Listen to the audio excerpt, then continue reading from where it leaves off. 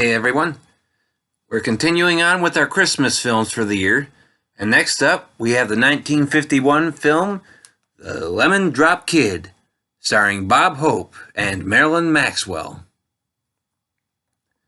Now, at a Florida racetrack, Sidney Milburn, also known as the Lemon Drop Kid, Bob Hope, is trying to get various gamblers to bet on different horses, in the hopes that they will pay him out of their winnings. However, he gets himself in trouble when he convinces one woman to place $2,000 on a different horse than she had been planning to. The big problem?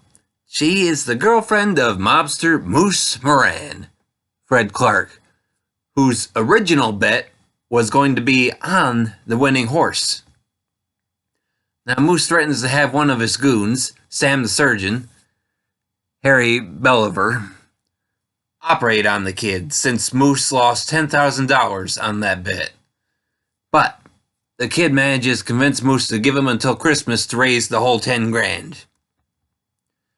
Now he makes his way to New York City, although he's still wearing his clothes from Florida. And of course, the big blizzard has now hit New York City. There, he runs into one of his old friends, Nellie Thursday, Jane Darwell, whose husband is being released from jail soon. But the two of them won't have any place to stay, as she is being evicted from her apartment. Now, the kid feels sorry for her, but is unable to help because of his own problems. The kid next turns to his girlfriend, Brainy Baxter, Marilyn Maxwell, but she is reluctant to have anything to do with him, until he cons her out of $10 for a marriage license. Except, of course, he plans to use the money to get his winter clothes out of hock so he can traverse the city with a little more heat.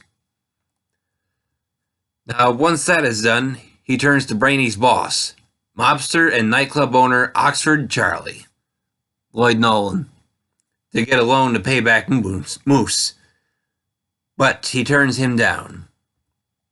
Now, as he leaves Oxford Charlie's nightclub, the kid sees someone in a Santa suit successfully collecting money for charity, and he is inspired to do the same thing, although obviously his charity is for himself.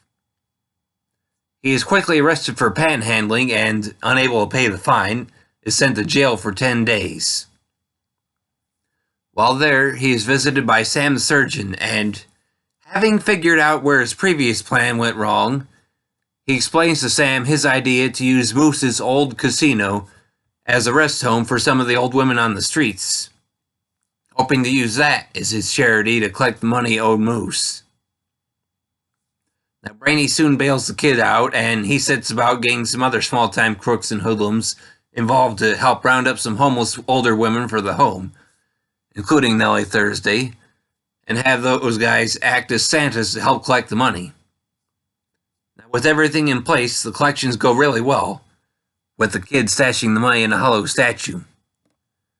Trouble arises, however, when Brainy quits her job at Oxford Charlie's nightclub, and in the process tells him how much money they've raised so far, which gives him an idea. While the kid and the others are out collecting money, Oxford Charlie sends some of his men to kidnap Nellie and the others, and grabs the money himself. The kid quickly realizes everybody is being held at Oxford Charlie's home, but is forced to leave everyone when his own motives are revealed. The question remains, will the kid be able to get himself out of the trouble he's gotten himself into, or will he suffer an unpleasant end? Now, The Lemon Drop Kid was based on a short story by Damon Runyon. Bob Hope had previously done another Damon Runyon story when he did Sorrowful Jones a few years earlier. The success of that film pushed Bob Hope to try another Runyon story, using the same director of that film, Sidney Lanfield.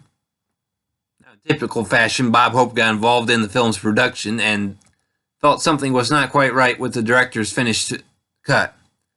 In particular, he felt that the original staging for the song Silver Bells, which was far different than what we actually got, needed to be redone, and Bob Hope convinced joke writer Frank Tashlin to rewrite the scene. Of course, Tashlin also took the opportunity to push for his chance to direct it, as he had long hoped to do. He got the option to direct it and change the setting and the tone of the whole setup for the song, which certainly helped it make it more successful. And it improved the movie, too. Now, in between the song Silver Bells and the story's Christmas Eve deadline, there's no doubt about this movie's qualifications as a Christmas film.